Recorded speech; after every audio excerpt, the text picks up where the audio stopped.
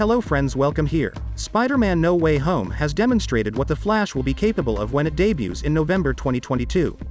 Because the Flash is supposed to have some parallels to No Way Home, it would make sense for the Flash to recycle some successful components. Similarly, No Way Home wasn't without flaws, so the Flash might benefit from avoiding the stumbling blocks. While there is little information regarding the Flash at this time, one of the most important things to know is that it will feature the multiverse in some way. Michael Keaton will reprise his role as Batman from the Tim Burton films, and the film will also include an alternative version of Barry Allen.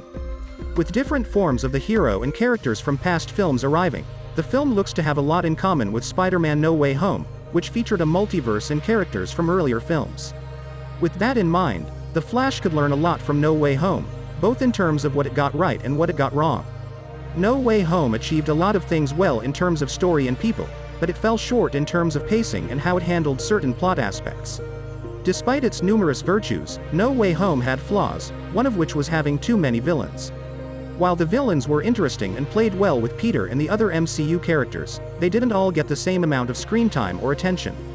The Green Goblin and Dr. Octopus had the greatest participation in the tale, while Electro had some but was largely utilized for comedy relief, while Sandman and the Lizard were hardly in the movie, with much of their parts repeating old material from Spider-Man 3 and The Amazing Spider-Man. On a similar note, the script was created with the premise that everyone watching would be familiar with the previous Spider-Man movies and knew all of their ins and outs, but for those who didn't, a lot of the movie might feel incoherent, particularly when it came to the villains. While the identities of all of the Flash's enemies are unknown, General Zod and Faora Ul will make their first appearance since Man of Steel. With the addition of multiverse story elements, the film will almost certainly contain a vast number of antagonists, which will be to the film's detriment. If there were fewer villains in the Flash's tale, it would keep more focus, but if there are a bunch, it could at least work harder to give each one equal screen time and development. Furthermore, if more of them are going to be villains from previous films, the tale should make an attempt to be more accessible to individuals who haven't seen these films before. The Flash can do various things to focus better than No Way Home. Not only does the Flash need better villain handling, but it also has to be paced faster than No Way Home. The crossover components in No Way Home consume practically the entire first act, with the time prior devoted building up the rest of the film's conflict.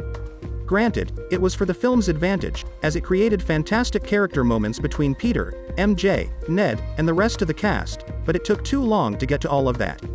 The multiverse and crossover themes will be the main emphasis of The Flash, thus the film should rush to get to them while still developing the tale around them. Please like this video and subscribe to my channel. See you soon.